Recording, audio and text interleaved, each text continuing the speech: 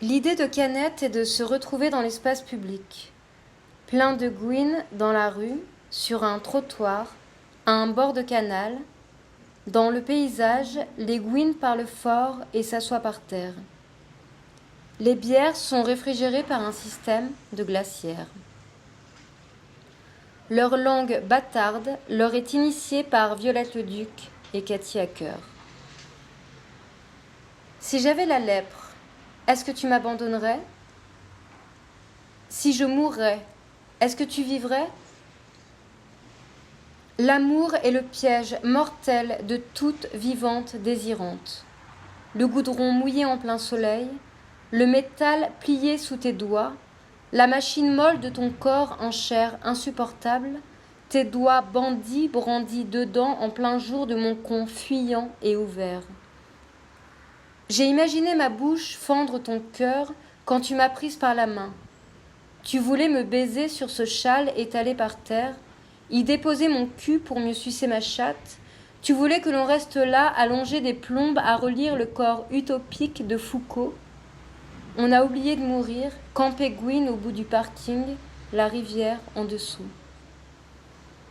Tu as voulu qu'on se baigne, il n'y avait autour de nous que des femmes exemplaires qui voulaient juste baiser ensemble pour sentir l'émotion vivace de la respiration des unes sur les autres. Tu as déboutonné mon chemisier sans me demander. Je conduisis la main jusqu'aux larmes rares de la joie. J'attendais dans l'entrée mon épouse en maillot blanc. Je me croyais infime atome débordé de joie, la canette aussi grosse que ton poing dans mon vagin, mes larmes qui rejoignaient ta chatte dans un voyage délicieux d'un creux de trottoir en pente. Tu récitais des poèmes vulgaires et je t'admirais. La glacière posée plus bas, en contrebas de tes reins, tes deux paumes ambitieuses de me baiser à plat, et puis en l'air contre le vent, dans la rue, dans l'espace gris et lumineux de mes hanches, en contre-jour de ta bouche qui coule sévère contre le tissu. Tu t'enfonces plus loin comme pour goûter au paysage, les déesses rassemblées autour de pintes gouailleuses, subordonnées au pire. Tu pues, ta chatte pue, alors j'aime la renifler complètement, mon nez dedans. La première soirée a eu lieu en début de printemps. Il s'agissait d'un bar clandestin autour de plantes invasives comme nous. Ça débordait de joie, instinctive et glaireuse. Des gladiateurs modernes, des shorts trop courts qui marquent les cuisses, le pubis trop serré. Puis ton pelvis tendu contre mon visage, mon index montrant la lune se décrochant du ciel bleu trop net, presque laqué. J'ai avalé la bière contre la bouche de métro, tu m'as insulté et demandé de déménager. Sauf que chacune voulait baiser plus fort en attendant que la nuit devienne plus sombre et que la mort s'habille en chaussons blancs, que Violette le Duc baise Simone de Beauvoir, ses semelles lisses et propres comme si elle ne foulait que du linge propre.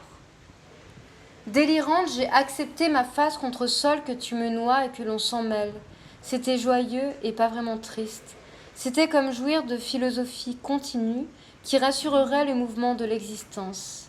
C'était juste, comme toujours, se sentir vivante et humble, et poète de boîte à chaussures sous le lit qui contiennent trésors et souvenirs.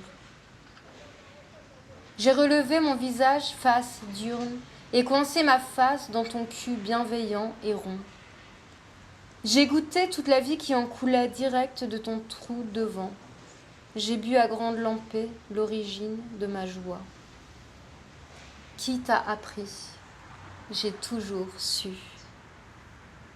Isabelle qui déflore Thérèse, ses doigts qui savent tandis que chacune ploie, Violette dessous. S'il faisait jour et que je devais décrire la littérature que j'aime, je dirais qu'elle est putassière et évanescente comme ton sexe déployé en plein soleil. Chaque accroche poétique dans le sens que rien ne fait sens à part un agencement arithmétique des mots plèbes et d'une fièvre érotique forte. Le corps matrice, c'est les cicatrices d'une vie proche du final, le ventre plein, plat et chaud. Je récitais mon corps sur le sien, je baignais mon ventre dans les arômes de son ventre, j'entrais dans un nuage.